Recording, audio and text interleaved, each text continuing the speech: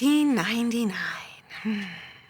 The biggest films in 1999 were The Matrix, and I do remember watching that. The Matrix is 25 years old. I think we need a recount. The Iron Giant, Toy Story 2, not even Toy Story 1, Toy Story 2. Okay.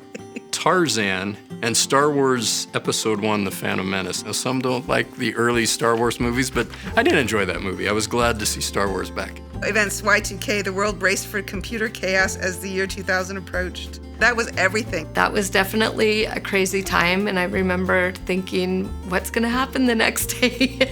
Worried about it. It ended up being not a big deal, but there was a lot of rigmarole associated with that.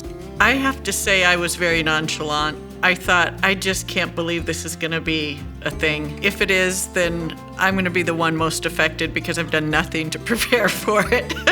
DVD players were just starting to phase out VHS tapes. Yes, I can kind of remember that. Fashion trends for women included bucket hats, wedge sandals, and blue eyeshadow. I definitely wore some blue eyeshadow in my day. Eggs were 99 cents. That would be nice to see again. And gas was $1.27 a gallon. Wow, I didn't realize that. I started working October 8th, 1999. And I'm joining the Quarter Century Club for 25 years at WSU. What drew me to WSU, the ability to do research with industry, and I could have a lot of synergy between teaching, research, and service activities. So the draw for WSU was so much opportunity. This little town of Pullman in the middle of a wheat field has so much more opportunity than we found in the Bay Area.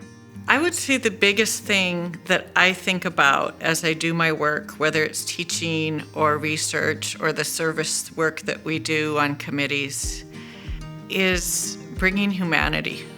The main thing is to be able to listening well is critical. Open-mindedness. Openness and receptiveness towards them, empathy. I do tend to bring humor, whether that can be puns or dad jokes in class. So some, if they enjoy puns, maybe that's good. Others, maybe if they were tortured by dad jokes when they were younger, it's maybe not something they enjoy so much. I try to start my day with a smile and keep that smile going. It really helps, and it encourages me to stay positive and strong, especially when it gets hectic. My favorite part of the job is getting to work with the students. Probably help students reach the next level of where they want to go. Oh, the best time is with the students. I just love spending the class time with them. When it's some of the neatest is when students I've had actually come back and they'll say, hey, I've really used what you taught me. I've been here this long that my students are teachers now, they're administrators. And I'm friends with a lot of them on Facebook, and they're married and have kids who are graduating high school, which feels weird. So I'll go into a school and truly I'll have teachers poking their heads out and coming out and, Amy, I heard you're here.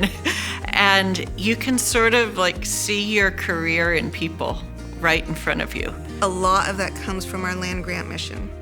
That, we are not here to be elitists. That's not what we do. But if you want to learn something and change your life, that is exactly what we do here. I'm most grateful for WSU providing me a place to work and the strength and support of coworkers and family and friends. Community and the people here have really made me want to stay. I work with really great colleagues. The faculty on this staff on our campus are really collegial. We work as a team. My particular office means the world to me.